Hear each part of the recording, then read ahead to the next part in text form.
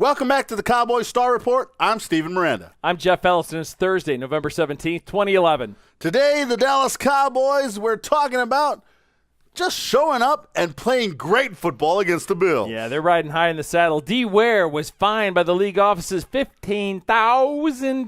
For what? For roughing the passer. All right, we'll have an injury update from Valley Ranch. And we look ahead to the meeting with the Washington Redskins. The hated Washington Redskins. Taste in your mouth. Not like, but pleasant. before we get to the Redskins, let's go back to the 44-7 beatdown of the Buffalo Bills. Could you say the score one more time? 44-7. See, I didn't get to see the end of the game because my local Fox affiliate switched me to another game because they were beating the crap out of the Bills, and they thought it wasn't kind. It was too violent for television. 44-7, that's what happens. Let's take you to a game which is a little closer. Let's take you to a game where the outcome is in question. Oh, man, but look, DeMarco Murray showing that this kid is for real. He had a great performance against the Bills. Laurent Robinson, the wide receiver, he's showing, look, man, thank you for a job. I want to thank him in fantasy football. Save my 20 butt. points, right? Save my sorry 20 butt. points in fantasy football. Laurent Robinson with his 2 touchdown 24. catches was fantastic. And I'm pretty sure the Cowboys have found their number 3 wide receiver. How about that? No, I'm pretty sure that they're very happy. And do you think they miss Roy Williams? No, not at all. Enjoy him, Chicago. You guys keep him and enjoy that. All right, Jeffrey, coming out of this football Fines? game, though, yeah, DeMarcus Ware, who is really a gentle giant. If you meet this guy off the football field, he is just the nicest dude he could possibly sweet, be. kind man. You don't want to meet him on the football field, however. No, he will tackle you and tackle you hard. But $15,000 fine for a roughing the passer, Jeff, that, yes, it was called roughing the passer on the field. He barely touched. I don't even think he touched the helmet. He just was high. Well, and that's the question is, where was it? Was it the shoulder pad leading? Was it a hand to the head? I'm not sure exactly what they were calling there, what they thought they saw, but I understand the rules, and I think DeMarcus certainly understands the rules, that it's all about player safety these days to protect the quarterback. The pendulum swung way over here, and I think DeMarcus is probably fine with it. I understand, but do you think that the league – look, I understand – it's a penalty on the football field, but does every penalty have to have a fine? Don't they look at that and like, it was called roughing the passer, but does it deserve a fine? Well, I am very, very curious who it is that's actually reviewing these game films and looking at each play. And they got to remember that they're watching these things in uber slow motion. Yes. And the play didn't actually take place at that speed. The play took place 2,000 times faster than you're viewing it frame by frame.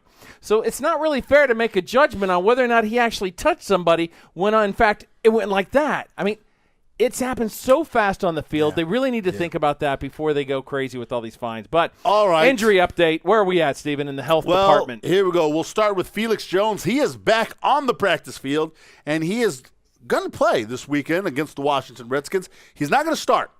They've made it pretty clear there in Dallas. He won't be the starting running back, but he will come in and he will have some time on the football field. Now, there's a saying in the NFL that you can't lose your job if you are a starter who goes out to injury. But there is a caveat to that rule. As long as the person who takes your place doesn't end up being so much better than you. And unfortunately, that's what happened here. It's not Felix's fault. And no, in an ideal world, he doesn't lose his job. But welcome to the real world where DeMarco Murray was just a thoroughbred waiting to bust out of the gate. Murray has looked really good. Wide receivers, we're going to be without Miles Austin again. Miles still suffering from that hamstring injury, and he will be sidelined, will not be on the field this week. And Thumper will continue to play.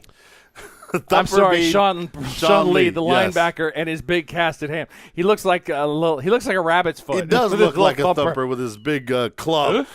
Okay, Steven, set us up, tee it up for those Washington Redskins to knock it out of the park. All right. Well, the 3-6 Washington Redskins will be hosting the Cowboys, which means that the Redskins will most likely wear their white jerseys at home, just despite the Cowboys, and make the Cowboys wear their dark blue jerseys. I hate it when they do that.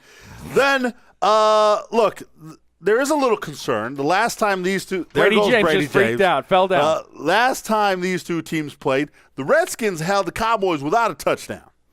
I have a spoiler alert for people, so if you don't want to know about the outcome of the game, stop watching the video now. Okay. All right. Cowboys are going to kick the crap out of the Redskins. That's just all there is to it. It won't even be close. It's not even going to be close. It's probably going to be 9. Vegas has set the line at 7.5. I think that's being very kind to the Redskins because what have they done lately? Nothing. And as Jeff and I said on our podcast yesterday, the Shanahanigans that they're trying to pull over there with quarterbacks? Which quarterback is it going to be? Running backs? You know what the thing is? They might throw Tashard Choice at the Dallas Cowboys, the Cowboys cast off, because they're not getting anything from Ray Helu. They're not getting anything from Terrain.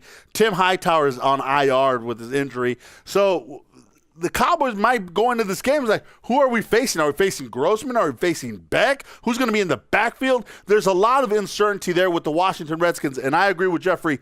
That's why the Cowboys dominate in this game. It will not be close. It's not going to be a 44-7 beatdown, but it'll be something like 35-10. Okay, that's what we got for you. You guys have a great weekend. Enjoy the Wampin'. Go Cowboys. I'm Steven Miranda. Jeff Ellis. For your Cowboys Star Report. Out.